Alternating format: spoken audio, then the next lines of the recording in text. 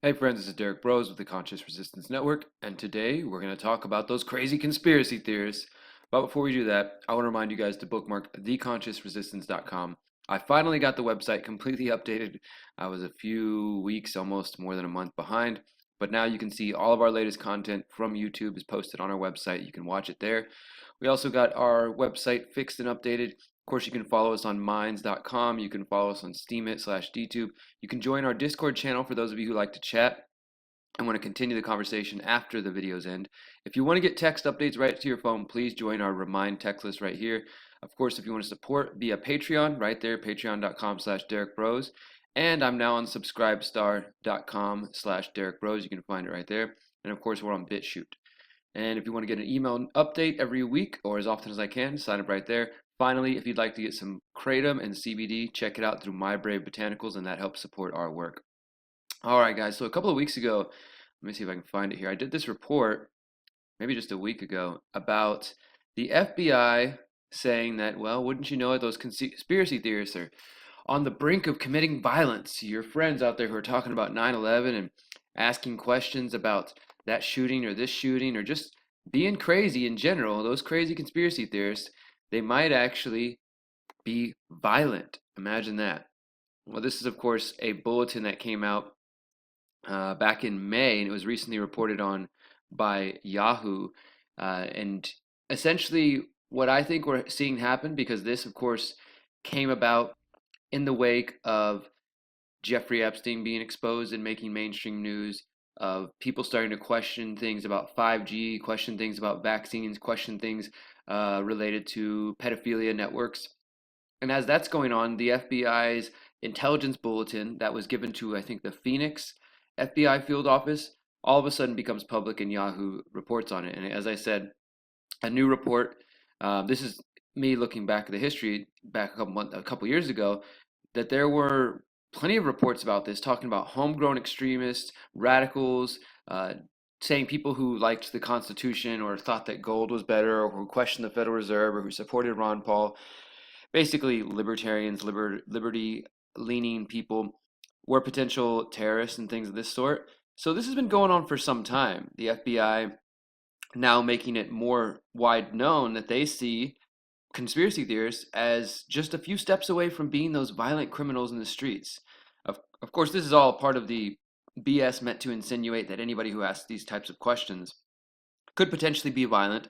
And this goes even further back to 9/11. You guys remember, I haven't seen it so much lately, but I know it's still out there. The "if you see something, say something" campaign. It's still at the airports. If you go into federal buildings, you'll see the signs or you'll hear them announcing, these sort of, if you see something, please report it to a local federal agent, yada, yada, yada. And obviously that makes sense, right? If you see something shady, maybe you should do something about it or tell somebody.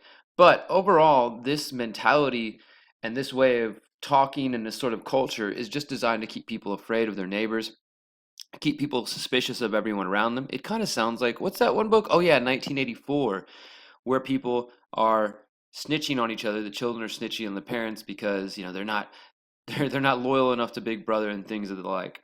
So I reported this August 1st. Here we are, the end of the month, and the compliant, complacent, submissive corporate media is doing their role, because this is how it happens, right? First off, you'll see a story reported that, oh, the FBI releases a new bulletin, and this bulletin claims one thing or the other, right? And then, of course, the mainstream media parrots what that bulletin says. So here you go. You get a headline like this: conspiracy theories might sound crazy, but here's why experts say we can no longer ignore them.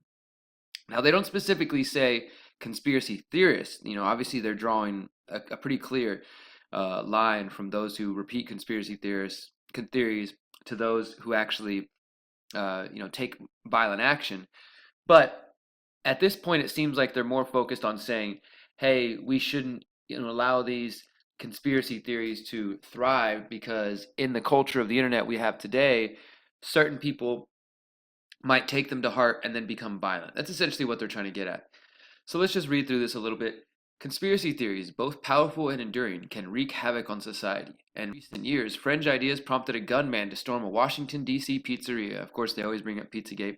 And may have motivated another to fatally shoot 11 worshippers inside a Pittsburgh synagogue. They are also largely to blame for a worldwide surge in measles cases. Yep, that's right. Conspiracy theorists are to blame for the measles in 2019. Now, the FBI says conspiracy theories very likely inspire domestic terrorists to commit criminal and sometimes violent acts and very likely will emerge, spread, and evolve on internet platforms. And of course, according to this intelligence bulletin, the document, which was dated May 30th from the FBI's Phoenix field office, which is the first of its kind to examine the threat of conspiracy-driven extremists, also says the 2020 presidential election will likely fuel conspiracy theories. So again, guys, my plan, I've said this before, I plan to be the heck out of the United States by next year. I do not think it is a safe time for the people who, like us, who ask these questions to be in the United States, especially around the election.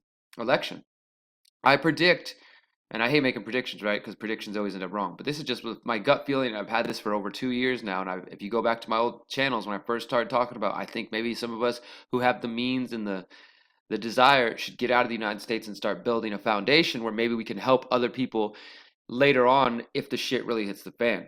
But think about this, the ramping up of conspiracy theories is the danger, those who don't vaccinate as the danger, forced vaccination, 5G being pushed on us, the surveillance grid. Like, why the fuck would you want to stay here? I mean, yeah, we're going to stay here and fight. Yeah, how many of you are actually fighting? I'm not going to start ragging on you too hard, but how many of you are actually fighting right now? Are you just going to wait to the very end and all of a sudden decide to pick up your guns or to go talk to your neighbors or to build a garden or do whatever you think is the most valuable form of action? Because if you're not doing it now, you're not being proactive enough already. You can't just wait till they're coming to your house to try to force vaccinate you or take your guns under some red flag law and then decide you're going to fight. You got to do something now.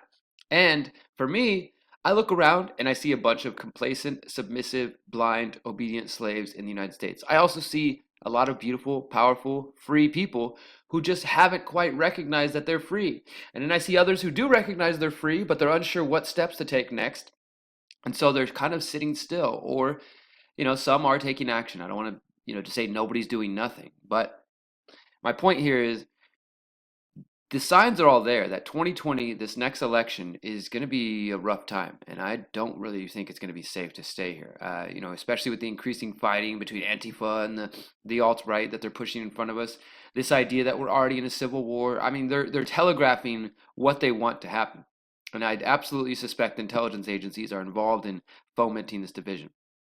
Viren Swamy, a social psychology professor at Anglia Ruskin University in the UK, who has published several studies on conspiracy theories, says, quote, it's increasingly becoming clear that lots and lots of people believe in them, and they have negative outcomes, believing in conspiracy theories, of course. Millions of people all over the world, including by one estimate, half of the US population, believe in conspiracy theories. Today, that figure may be even higher, according to political scientists and psychology. Since researchers have not tracked these trends over time, it's difficult to determine whether the number of people who believe in conspiracy theories has risen over the years. But experts, and now the FBI, argue an average person's exposure to them has certainly increased, in large part because conspiracy theories are easily disseminated on social media. So again, this is why we must regulate social media. This is why you can't have a free and open internet, guys, because these dangerous conspiracy theories, which are, inspiring violent extremists, they need to be taken off the internet. And people who promote them, they should be locked up or they should be penalized with the social credit system that's coming. So we can softly, socially engineer them into doing what is right. You also see over here on the sidebar, Time Magazine has why smart people still believe conspiracy theories. Why so many people believe conspiracy theories. They have to come after us, guys, because they realize that reality is starting to reflect conspiracies. Oh, wait, people are running pedophile networks. Oh, fluoride's actually hurting people and causing, IQ to be lower and affecting their bodies. Oh, vaccines, there might not be safe for everybody. There might be some questions around this. Oh, this 5G rollout, there might be some questions. Yes, people are waking up and asking questions. That is a good thing. Otherwise, they wouldn't be pushing back like this. But at the same time, I don't see a lot of people actually doing anything. They're just aware. Like people, it's not enough to know that things are fucked up. You got to do something about it. I don't know if you get that yet.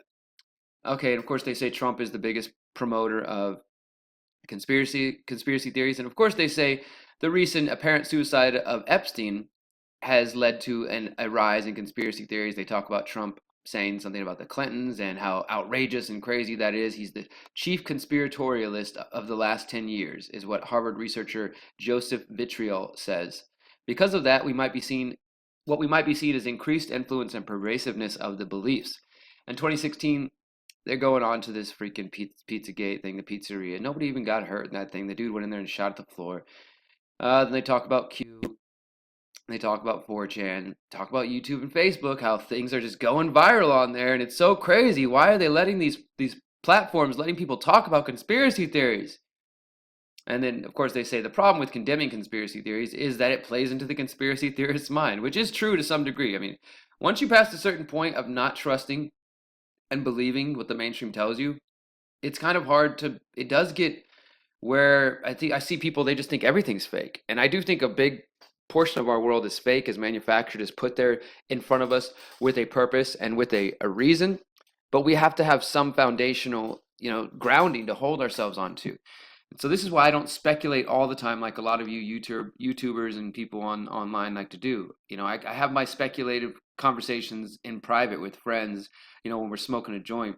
But when it comes to my reports and my articles and books and things, I try to stick to the facts, unless I make it clear that I'm speculating.